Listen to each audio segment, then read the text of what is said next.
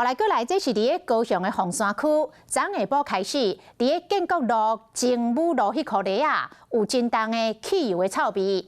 附近的乡亲话要惊死，惊高雄气爆会过来发生，赶紧来通报相关的单位。消防局到场来监测，发现规条500公尺的水沟拢有汽油味，啊，就是排水沟的面顶有油一直咧流。原来是军方输送油料的管线破去。环保局讲要罚款，上悬会当罚到500万。看一下。环保局人员来到水沟边，用仪器监测空气，因为有人通报，这个所在有真高的臭味。臭屎味，等到要病去啊！讲要味你惊崩去，崩去，啊就外口走较紧啊。会不会担心啊？担心会，那个不会。之前那个高雄3多那个吓到了。会有阴影啊！对，你那个整个半高雄都炸掉了。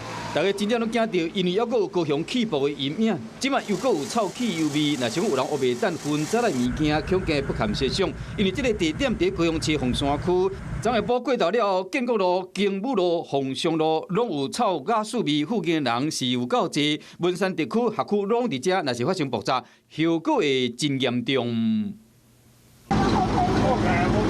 规条差不多500公尺的排水沟拢有臭汽油味，而且还有油污一直流出来。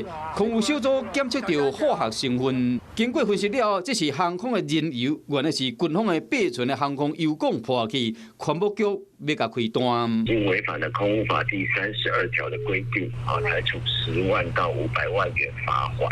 加在赶紧将这个管线甲封起来了后，都无阁有臭味啊，嘛无造成伤亡。是讲有高雄起爆的经验，即马若闻到无正常的气味，大家难免拢会惊。